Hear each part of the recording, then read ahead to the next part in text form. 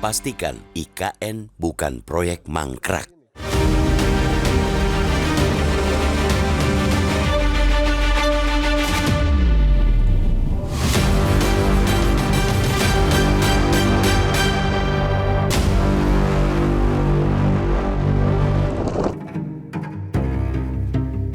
Presiden Prabowo akhirnya menaikkan peraturan presiden Perpres tentang nasib Ibu Kota Nusantara (IKN). Perpres nomor 79/2025 tentang pemutakhiran rencana kerja pemerintah itu intinya menetapkan IKN di Penajam Pasir Utara, Kalimantan Timur sebagai ibu kota politik pada 2028.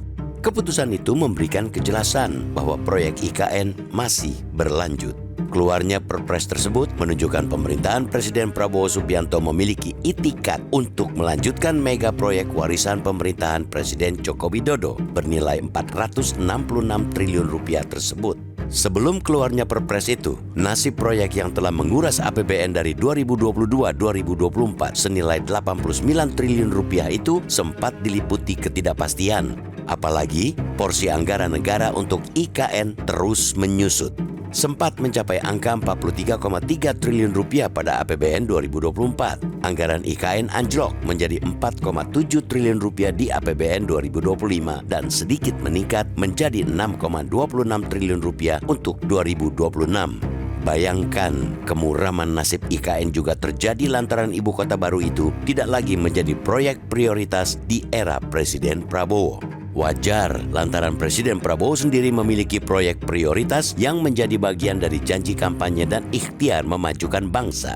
Ada 8 program prioritas Presiden Prabowo seperti ketahanan pangan, ketahanan energi, program makan bergizi gratis, pendidikan, kesehatan, koperasi desa, pertahanan semesta, serta percepatan investasi dan perdagangan global.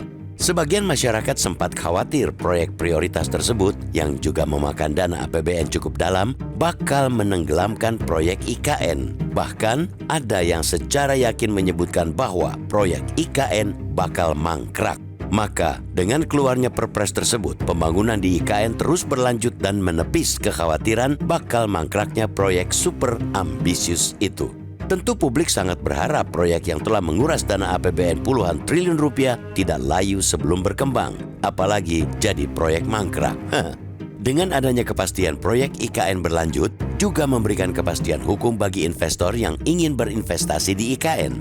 Kepastian itu penting karena saat proyek itu hendak dimulai pada 2022, Presiden Joko Widodo kala itu bahwa memproyeksikan 80% pembiayaan IKN akan mengandalkan investasi swasta. Itu karena kehadiran swasta di proyek IKN bisa mengurangi beban APBN yang sudah digelayuti naiknya defisit anggaran.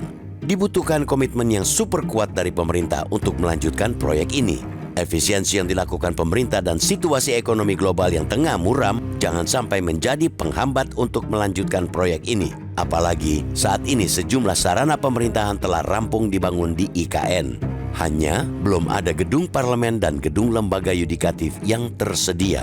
Itu menjadi tantangan besar penyelesaian IKN ke depan. Sebab untuk bisa menjadi pusat pemerintahan, ibu kota negara mesti memiliki tempat kerja untuk parlemen dan untuk lembaga yudikatif seperti Mahkamah Agung dan Mahkamah Konstitusi. Semuanya dicanangkan bakal rampung pada 2028. Meski kelengkapan untuk menjadi pusat politik belum semuanya dibangun, alangkah eloknya jika Istana Negara IKN dan kementerian yang sudah berdiri megah bisa segera difungsikan agar ada aktivitas.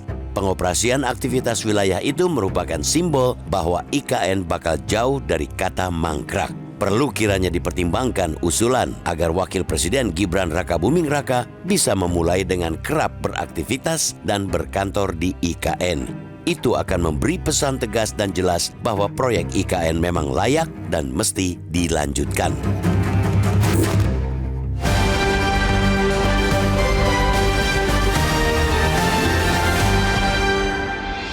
Jelajahi cara baru mendapatkan informasi. Download Metro TV Extend sekarang.